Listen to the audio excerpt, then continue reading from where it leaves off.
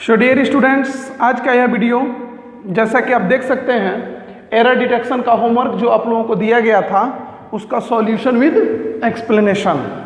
तो इस वीडियो में मैंने आप लोगों को क्या किया था कि होमवर्क जो दिया गया था एरर डिटेक्शन का, उसमें नाउन के एरर्स को फाइंड आउट करना था और दूसरा चीज़ ये था कि उसको मैंने कहा था कि आप लोग नोट्स बुक में नोट करके या जैसे भी हो उसको आप मुझे रिस्पांस देंगे। मैंने आपको आंसर भी बता दिया है ऑफलाइन, मैंने आप लोगों को आपके व्हाट्सएप पे ग्रुप में आंसर डाल दिया है, लेकिन उसका अब हम लोग यहाँ पर एक्सप्लेनेशन समझेंगे। चूँकि यह वीडियो एक तरह से एरर डिटेक्शन के कुछ नियमों को भी बताया जाएगा, मतलब बतलाएगी, और दूसरा हम लोग इसमें उसी होमवर्क का जो मैंने आप लोगों को आंसर बताया था यहाँ पर एक्सप्लेनेशन भी कर दिया जाएगा। मैं करने जा रहा हूँ। तो आइए शुरू करते हैं आज के इस वीडियो में उसी का एक्सरसाइज और उसी का सॉल्यूशन जो एक्सप्लेनेशन के साथ रहेगा। ऐसा क्यों होता है? एक चीज देखिए, ध्यान देने वाली बात है कि पहले सेंटेंस में दिया गया है योर सीजर इज शार्प। एक चीज देखिएगा, जब भी कोई भी ऐसी वस्तु जो एक के बिना एक अधूरी है, जैसे मान लीजिए कैंची ही है, तो एक चीज देखते हैं आपकी, अगर कैंची का एक पार्ट हटा दिया जाए तो फिर वो कैंची नहीं रह जाएगी। तो जब कैंची नहीं रह जाएगी और उसको कैंची ही हमको मानना है तो उसमें डबल वाला हिस्सा होना चाहिए। तो इस तरह के जो भी है, पैजामा ही है, ट्राउजर्स है, पैंट्स है, ये कभी भी सिंगुलर में नहीं रहता, ये जब रहेगा तो प्लूरल में रहेगा, और प्लूरल का ही यूज भी है इसका। Trousers, pants, scissors, goggles, glasses, spectacles, तो ये तमाम चीज़ें हैं, स्लीपर्स, सैंडल्स, चप्पल्स। तो आप लोगों को इसको प्लूरल में ही प्रयोग करना चाहिए। इस तरह के जो भी शब्द आपको नाउन में मिलते हैं जो एक साथ आते हैं और एक के बिना एक अधूरा है, तो उसको हमेशा आप लोग क्या करेंगे? प्लूरल में प्रयोग करेंगे। तो उसी के हिसाब से यहाँ पर जो सीजर्स दिया है वो सीजर्स हो जाएगा, यानी एस लग जाएगा, और ये प्लूरल है तो यहाँ पे आर का यूज कर दिया जाएगा। ओके, तो इस तरह से हमारा पहला सेंटेंस था।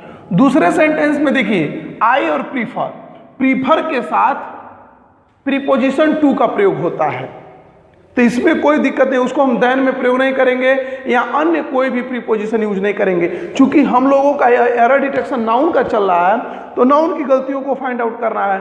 तो नाउन हमारा कौन है? एक मीट है और एक वेजिटेबल है। एक चीज जानिए, मीट को अनकाउंटेबल में रखा गया है तो मीट्स हम कर नहीं सकते। अब मीट को मीट्स अगर आप करते हैं तो वह मीट जो होगा वो कई तरह का मीट हो जाएगा।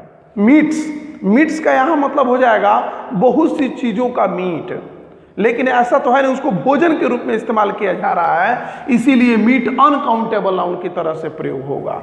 ठीक है। दूसरी चीज यहाँ यह बिल्कुल सही है, लेकिन वेजिटेबल क्यों गलत है? इसमें यस लगाना पड़ेगा, वेजिटेबल्स करना पड़ेगा, क्योंकि नियम यह है कि जब हम केवल वेजिटेबल लिखते हैं तो केवल वेजिटेबल का मतलब ऐसा होता है कि जिस वेजिटेबल का हम यूज भोजन के रूप में न करके मतलब एक तरह से अभी साबुत यूज किया गया है, लेकिन अगर उसको हम लोगों ने क्या किया, भोजन के रूप में इस्तेमाल कर लिया, जैसे मीट भोजन के रूप में, वेजिटेबल्स भोजन के रूप में इस्तेमाल किया जा रहा है, तो वहाँ पर वह बनी हुई सब्जी, तो बनी हुई सब्जी के लिए, क्योंकि आप देखते हैं कि जब सब्जी आप अलग अलग लेते हैं तो वेजिटेबल होता है। ध्यान समझना, मिर्च लिया अलग आपने, गोभी लिया अलग, और भी जितने भी सब्जी होती है उसको आप अलग अलग लेते हो, लेकिन जब सब्जी आप बनाते हो तब वह एक में मिल जाता है, और एक में मिलने का बहुत सारी सब्जियों का वह क्या हो जाता है? मिश्रण हो जाता है। इसीलिए जब भी हम भोजन के रूप में वेजिटेबल का प्रयोग करेंगे तो वह वेजिटेबल्स हो जाएगा। तो आप क्या करेंगे इस सेंटेंस में? I prefer vegetables to meat. Okay. Third sentence देखिए, द टेबल्स लेग। यहां पर जो नियम कहता है वो कहता है हमारा पजेसिव का केस, जो पजेशन होता है केस का, उसका नियम कहता है कि कभी भी नॉन लिविंग थिंग्स के साथ पजेशन का प्रयोग, ये अपॉस्ट्रोफी का प्रयोग नहीं करना चाहिए। नॉन लिविंग थिंग्स जैसे पेन्स कवर नहीं, द कवर ऑफ पेन, यानी इसको हम प्रीपोजिशन के साथ इस्तेमाल करते हैं। तो यहाँ पे हमारा जो टेबल्स लेग है, ये हमारा क्या होना चाहिए था, द लेग ऑफ टेबल। तो टेबल्स लेग के जगह पर होना चाहिए था द लेग ऑफ टेबल, क्योंकि टेबल एक चेयर, टेबल, फैन, रूम, इस तरह की जितनी भी चीज़ें होती हैं जो नॉन लिविंग्स के रूप में आती हैं, उनके साथ हम एपॉस्ट्रॉफी का प्रयोग नहीं करते हैं। डबल एपॉस्ट्रॉफी का प्रयोग नहीं किया जाता है। ये तमाम चीज़ें नाउन के इस पोजीशन में हम लोग जानते हैं। तो हमारा सही जो सेंटेंस हो जाएगा वो हो जाएगा the leg of table is broken. Okay, चलिए अगले सेंटेंस को देखिए। लिखा है the road is under repair. Repair का मतलब होता है मरम्मत करना, और रिपेयर का अर्थ मरम्मत भी होता है। तो जब रिपेयर का यूज नाउन की तरह से हो, चूंकि यह अंडर क्या है हमारा प्रीपोजिशन, और अगर यह प्रीपोजिशन है तो इसके बाद कोई ना कोई नाउन आएगा, वर्ब तो आ नहीं सकता। कंफर्म हुआ? तो प्रीपोजिशन के बाद से हमारा एक नाउन आ गया। तो नाउन है तो रिपेयर का प्रयोग यहाँ पर नाउन की तरह से किया जा रहा है, और जब रिपेयर का प्रयोग नाउन की तरह से किया जाता है, वर्ब की तरह से नहीं किया जाता है, तो यह हमेशा रिपेयर ही होता है, रिपेयर्स नहीं होता, क्योंकि यह अनकाउंटेबल नाउन बन जाता है। तो यह हमारा जो सही सेंटेंस होगा the road is under repair, not repairs. Okay, चलिए नेक्स्ट देखते हैं क्या है। देयर इज नो, यह हमारा नाउन, इन दिस कंपार्टमेंट, यह हमारा नाउन। अब ऑलरेडी एक प्लेस यहां पर दिया हुआ है, क्या, कंपार्टमेंट, ऑलरेडी एक प्लेस है। Compartment is also a place.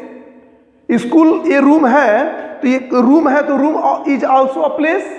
तो रूम में अगर आपको बैठने का जगह नहीं तो आप स्पेस या प्लेस थोड़ी यूज कर सकते हैं, उसके लिए रूम में रूम नहीं है। यानी अगर एक कंपार्टमेंट है, एक ऐसा जगह है, एक ऐसा स्थान है जो पहले से ही स्थान है, और उसमें अगर स्थान की बात की जाए तो वहां पर प्लेस या स्पेस का यूज नहीं किया जाता है। वहां पे इस्तेमाल होता है रूम, मतलब देयर इज नो रूम, यानी इस जगह में, इस स्थान पे रूम नहीं है, रूम नहीं मिल पा रहा है, मुझे जगह नहीं मिल पा रही है। तो यहाँ पर इस नाउन के जगह पर जो प्लेस वर्ड है, इसके जगह पर हम क्या प्रयोग करेंगे, room. Okay, there is no room in this compartment. इस कंपार्टमेंट कोई रूम नहीं है। रूम का मतलब इस कंपार्टमेंट में कोई जगह नहीं है। चलिए अगला है we played a one inning. एक चीज देखिए, इनिंग का मतलब क्या हुआ, पाली से हुआ। अब कोई भी हम मैच खेलते हैं तो वह मैच संपन्न तब माना जाता है जब उसमें दोनों पालियों में मैच समाप्त हो जाए। तो जब यहाँ पे ऑलरेडी 2 पाली है तो वह इनिंग हो ही नहीं सकता। इनिंग का मतलब सिर्फ एक इनिंग, एक इनिंग होता ही नहीं है, क्योंकि इनिंग्स का मतलब ही होता है कि जब 2 मिलेंगे तभी वो पूरा होगा। तो इसीलिए इनिंग की जगह पर हम क्या कर देंगे, इनिंग्स कर देंगे, तो हमारे यह वाक्य सही हो जाएगा। तो we played a one innings game, न कि इनिंग गेम, क्योंकि inning is not correct word, innings is the correct word. Okay, next, her hairs are black. आप देखोगे कि हेयर बहुत सारे होते हैं, लेकिन इसका प्रयोग हेयर्स के रूप में नहीं किया जाता। अब एक चीज देखिए, जैसे यह एक पॉट है और इसमें बहुत सारे बाल हैं, जिसमें से कुछ वाइट कलर के हैं, कुछ ग्रीन कलर के हैं, कुछ रेड कलर के हैं, कुछ ब्लैक कलर के हैं। अब इसमें से काउंट अगर हम कर पा रहे हैं कि 4 वाइट है, 3 ग्रीन है, 2 रेड है, उसके बाद से ब्लैक में 50 ब्लैक है, इस तरह से अगर काउंट करते जाते हैं तब वहाँ पे हम जितने भी नाउन लिखेंगे वहाँ पर हम हेयर्स करते जाएंगे।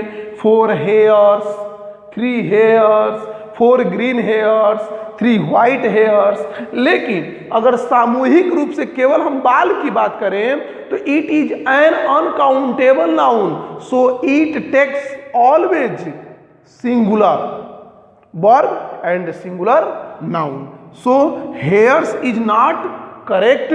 Here we should use hair, and according to the hair the verb should be singular like is. तो इस सेंटेंस को सही करने के लिए हम लोग क्या करेंगे, हर हेयर इज ब्लैक। ठीक है, चलिए आगे देखिए। अगला सेंटेंस है योर ट्राउजर। अभी मैंने बताया सीजर वाले का सेम वही नियम होगा, यानी ट्राउजर में भी दो एक तरह से पार्ट होते हैं, इसीलिए यहाँ पे ट्राउजर्स हो जाएगा। चूंकि ये प्लूरल बनता है तो ट्राउजर्स आर, लूज मीन्स ढीला। चलिए रिचेज, हाँ एक चीज है कि अगर किसी एडजेक्टिव को नाउन की तरह प्रयोग करना हो वाक्य में, किसी एडजेक्टिव को नाउन की तरह प्रयोग करना हो तो उस एडजेक्टिव के पहले द आर्टिकल का यूज किया जाता है और वह नाउन प्लूरल बन जाता है। यानी रिच एडजेक्टिव वर्ड है, रिच मीन्स अमीर, पुअर मीन्स गरीब, और उसमें हम रिच में यस लगा दें, यस लगा दें, पुअर में यस या यस लगा दें, तो वह नाउन प्लूरल नहीं हो सकता, क्योंकि वो तो एडजेक्टिव है ना। तो एडजेक्टिव का कैसे आप प्लूरल बना सकते हैं? इसीलिए गुड का गुड्स जब आप करते हैं तो देखते हो समान हो जाता है, तो उसी तरह से अर्थ बदल जाता है। अब रिच मीन्स होता है अमीर, जैसे रिच रिचेज करोगे तो हो जाएगा धन, रिचेज मीन्स धन, मनी, प्रॉपर्टी। तो हमको यहाँ पे नाउन की तरह से इस्तेमाल करना था, इसीलिए यहाँ पर हमारा रिच से पहले द लगा देंगे, यस इसमें से हटा देंगे, और पुअर में से यस हटा करके द पुअर कर देंगे, यानी the rich should help the poor. So here we should use